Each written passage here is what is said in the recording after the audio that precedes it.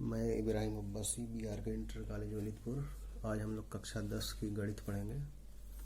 गणित में पहला अभ्यास। जो लड़के गणित की किताब नहीं लिए हैं कहीं से मांग लें या खरीद लें कहीं दुकान से। पहला अभ्यास जो इसमें है, वास्तविक संख्याएं।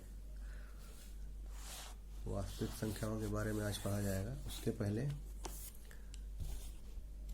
जो हम लोग पढ़ चुके हैं उसके बारे में थोड़ा दोहरा लिया जाए। प्राकृतिक संख्याएं।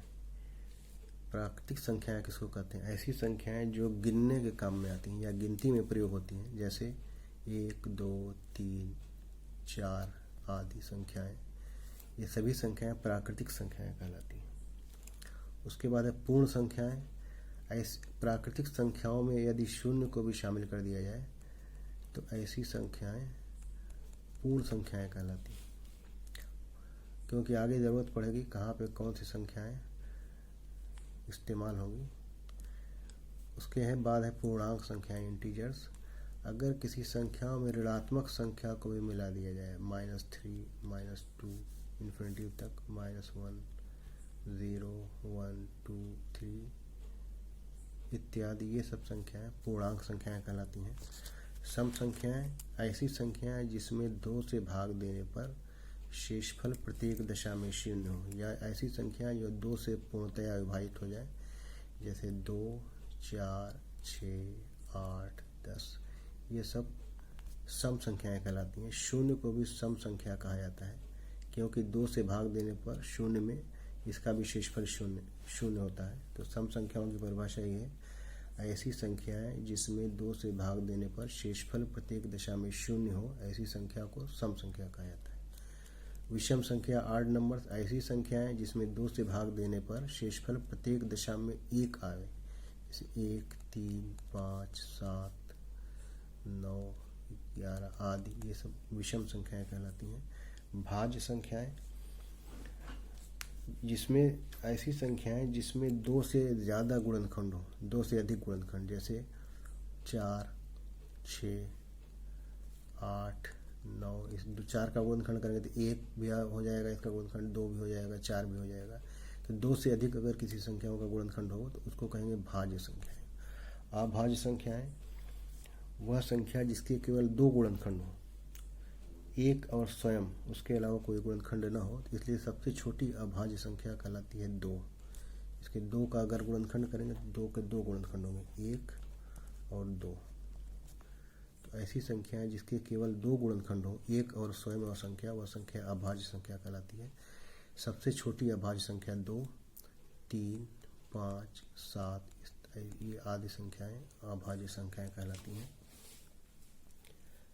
उसके बाद सह अभाज्य यानी को प्राइम नंबर, ऐसी 2 संख्याएं या ऐसी 2 संख्याओं का युग्म जिसका महत्तम समवर्त 1 हो, जैसे 3, 5, इन दोनों का महत्तम निकालेंगे 1 या 7, 11। ऐसी बहुत सी संख्याएं हैं जिसका महत्तम 1 हो, इसको कहा जाएगा सह अभाज्य संख्याएं। परिमेय संख्याएं वे संख्याएं जिनको P/Q के रूप में लिखा जाए या बटे में लिखा जाए, जहाँ पे Q 0 के बराबर ना हो, Q is not equal to 0, तो ऐसी संख्याएं परिमेय संख्याएं कहलाती हैं।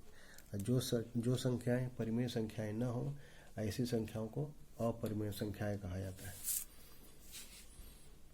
या अगर दशमलव में निकालेंगे तो अशांत तथा अनावर्ती दशमलव संख्याएं अपरिमेय संख्या कहलाती हैं, और अशांत और आवर्ती दशमलव जिसमें दशमलव बार बार दोहराया जाए, ऐसी संख्याओं को परिमेय संख्या कहा जाता है।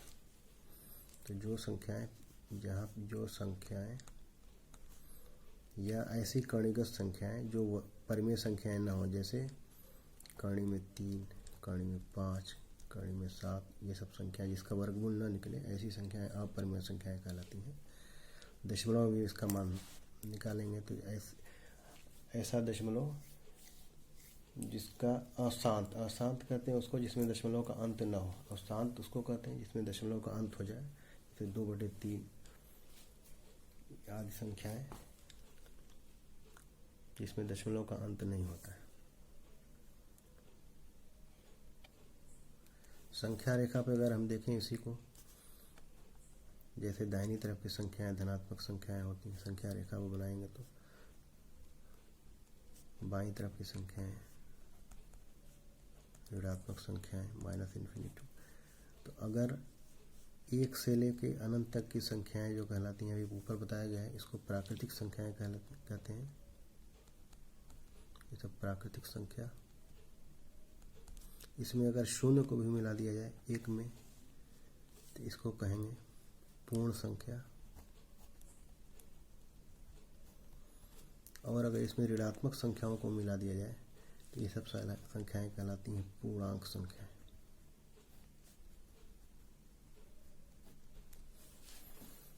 इसी के अंदर सम संख्या, विषम संख्या, भाज्य संख्या, अभाज्य संख्या, परिमेय संख्या, अपरिमेय संख्या सब इसी के अंदर आ गई। और इस सबको सब मिला दिया जाए यहाँ पे, सभी संख्याओं को मिलाने पर जो संख्या बनती है उसको कहा जाता है वास्तविक संख्या। ये पढ़ना है कोर्स में, वास्तविक संख्या। 2 प्रकार की संख्या होती है, वास्तविक संख्या और काल्पनिक संख्या। काल्पनिक संख्या करणी के अंदर कोई ऋणात्मक मान हो, जैसे करणी में -3, इसको कहा जाएगा काल्पनिक संख्या, इमेजिनरी नंबर। ये 11 में पढ़ेंगे आगे जाके। अब हम लोग प्रश्नावली देखेंगे। प्रश्नावली 1.1, जिसके पास किताब ना हो प्रश्न नंबर नोट कर ले यहाँ से। पहला प्रश्न है, निम्नलिखित संख्याओं का HCF कहते हैं हाईएस्ट कॉमन फैक्टर यानी महत्तम समवर्त ज्ञात करने के लिए यूक्लिड विभाजन एल्गोरिथम का प्रयोग कीजिए। अब यूक्लिड विभाजन एल्गोरिथम क्या है इसके बारे में जाना जाएगा। सबसे पहले महत्तम, इसके पहले हम लोग निकाल चुके हैं। मान लिया जाए कि 12 और 15 का हमको महत्तम निकालना है गुणनखंड विधि से। अगर निकालेंगे तो इसको पहले गुणनखंड करेंगे। 12 का गुणनखंड 2 दूनी 4 तिहाई 12। 15 का गुणनखंड करेंगे 3 × 5। इसका हमको अगर सा निकालना हो, महत्तम समवर्तक या HCF, इसके पहले हम लोग पढ़ चुके हैं 8th क्लास 9th क्लास में। इसमें जो संख्याएं दोनों में कॉमन और सर्वनिष्ठ हो वही इसका महत्तम होता है, कम घात वाला सबसे कम होता है। यहाँ पे दोनों में 3 है, यहाँ भी 3 है, यहाँ भी 3 है, इसका महत्तम समवर्त हो गया 3। इसी तरह महत्तम निकालने के लिए यूक्लिड विभाजन एल्गोरिथम का प्रयोग करेंगे। उसके लिए कैसे सवाल लगाया जाएगा। यूक्लिड विभाजन एल्गोरिथम क्या है। यूक्लिड विभाजन प्रमेयिका पहले जान लिया। दो धनात्मक पूर्णांक a और b के लिए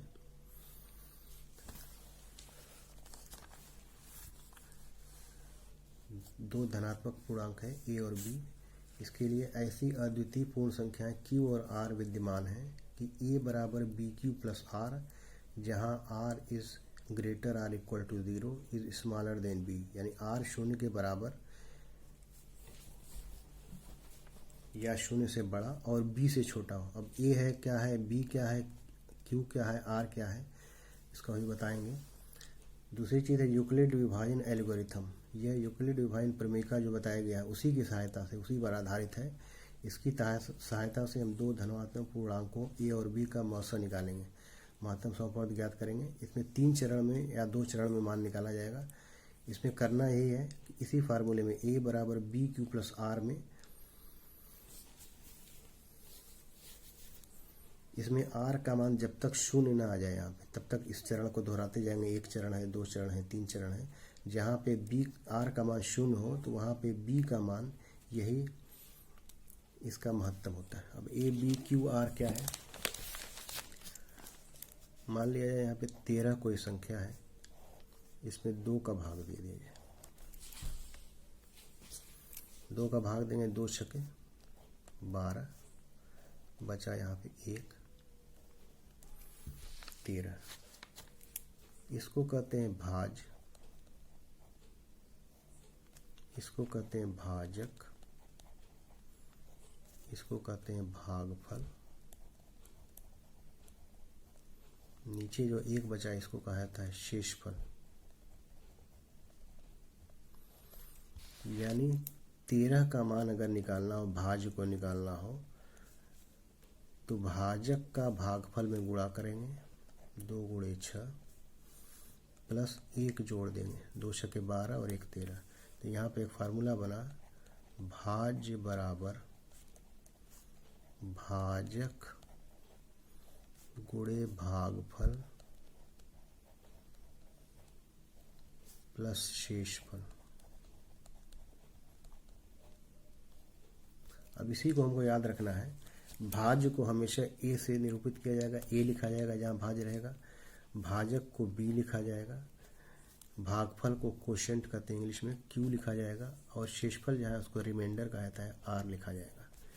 इसी से एक फार्मूला बन गया, भाज्य ए भाजक बी गुणे भागफल क्यू प्लस शेषफल आर। यही फार्मूला है।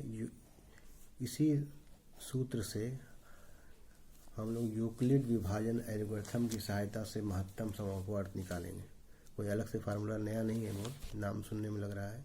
यूक्लिड विभाजन एल्गोरिथम यही है, भाज्य बराबर भाजक गुणे भागफल प्लस शेषफल। अब पहला सवाल देखो यहाँ दिया है, प्रश्न नंबर 1, निम्नलिखित संख्याओं का HCF ज्ञात करने के लिए यूक्लिड विभाजन एल्गोरिथम का प्रयोग करेंगे। 135 पहला सवाल दिया, 135 और 225।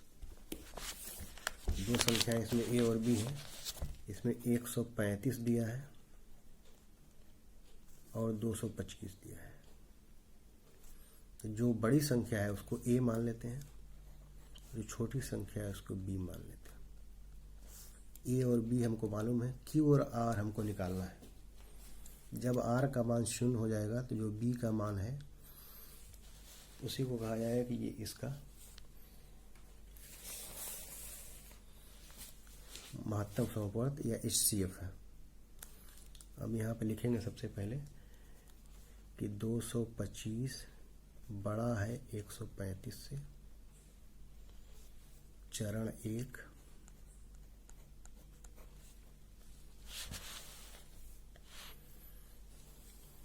कैसे लगाएंगे सवाल। 225 का भाग दे देंगे सबसे पहले 135 में।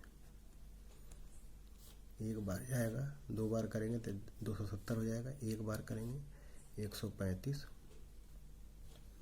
5 में से 5 गया 0, 2 है यहाँ पे, 12 में से 3 गया 9, 90 बच गया।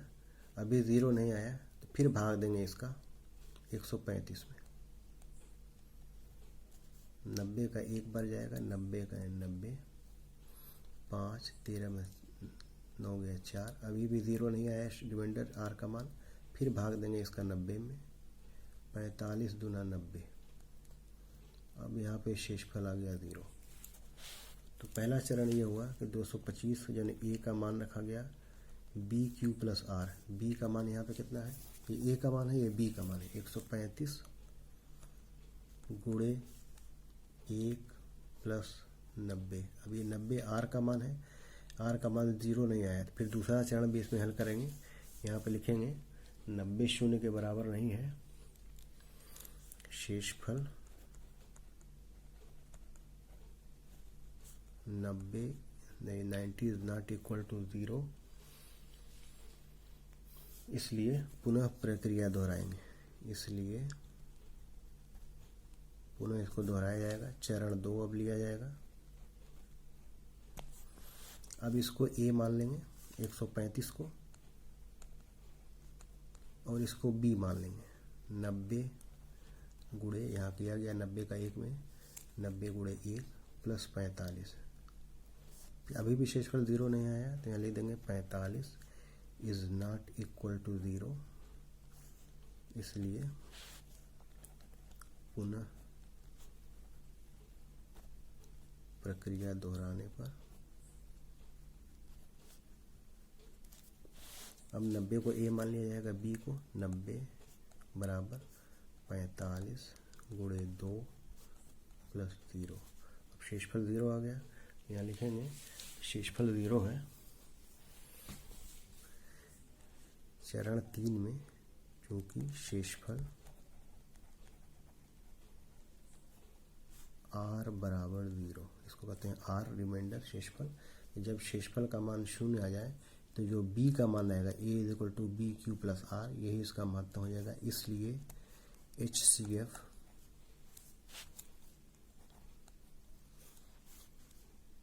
बराबर 45, जहाँ पे ए, इसी फार्मूले में ए बराबर बी क्यू प्लस आर में जहाँ पे भाग देते, जो बड़ा है उससे छोटे से भाग देंगे। भाग देने के बाद जब शेषफल 0 आ जाए तब ये लिख दिया जाएगा कि ये जो बी का मान रहेगा इसी को मान लिया, इसी को कहा जाएगा कि ये इसका महत्तम है। तो ये यूक्लिड विभाजन एल्गोरिथम की सहायता से इस तरह से महत्तम निकालेंगे। गुणनखंड विधि से निकालना रहेगा तो अलग अलग गुणनखंड कर देंगे, 225 का फिर 135 का, फिर जो उसमें दोनों में कॉमन रहेगा उसको निकालेंगे तो फिर इसी तरह 45 आ जाएगा। तो पहले सवाल में दूसरा और तीसरा खंड देखो, नोट कर लो यहाँ पे।